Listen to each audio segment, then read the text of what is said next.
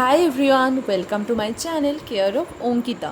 আবার আমি Digha blog part 2 নিয়ে চলে এসেছি। অ্যাকচুয়ালি ভিডিওগুলো না আগেকার, কিন্তু আমি এডিট করার মতো সময় পাচ্ছি না, তাই যতটুকু পারছি ততটুকুই তোমাদের কাছে দিচ্ছি।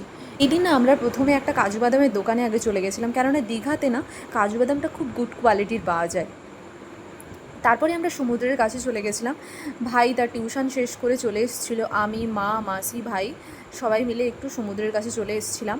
অ্যাজ ইউজুয়াল দীঘাতে প্রত্যেকবারের মতো প্রচুর ভিড় ছিল, আর এই ছোটো ছোটো বাচ্চাগুলো মাঝখান থেকে এই গাড়িগুলো নিয়ে ঘুরছিল।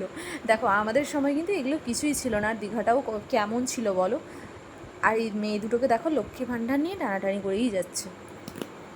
যদি কেউ অনেক আগে দীঘাতে এসছে, এখন গেলে সে কিছুই চিনতে পারবে না, কেননা এই রাতের লাইটিংয়ে দীঘাটাকে এত সুন্দর লাগে। দিনের বেলা অতটা বোঝা যায় না, কিন্তু রাতে খুব সুন্দর লাগে। মা বাবাকে বললাম চলো তোমাদের কিছু পিকচার ক্লিক করে দিই। অ্যাকচুয়ালি ওদের মুখের হাসিটাই তো আমাদের জীবনের সবচেয়ে বড় পাওয়া, তাই না বলো?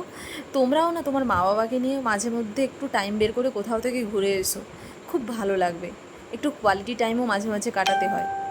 লাইফের চাপ তো প্রচুর থাকবে, কিন্তু তার মধ্যে থেকেও সময় বের করে নিতে হবে। এই মুমেন্টগুলো নিয়েই আমরা যাব, আর কিছু না। তারপর ওই দিন এত জোয়ার ছিল যে এত বড় বড় ঢেউগুলো আসছিল, আমরা বেশিক্ষণ আর সমুদ্রের ধারে বসতেও পারিনি। তারপর সমুদ্রের ধারে বসে আমরা একটু চা, পকোড়া, মুড়ি এসব খেয়েছিলাম, তারপর একটু ফুচকাও খেয়েছিলাম।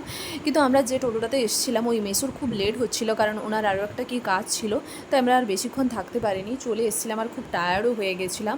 আমার ভিডিওটা ভালো লাগলে অবশ্যই চ্যানেলটিকে সাবস্ক্রাইব করে দিও। বাই।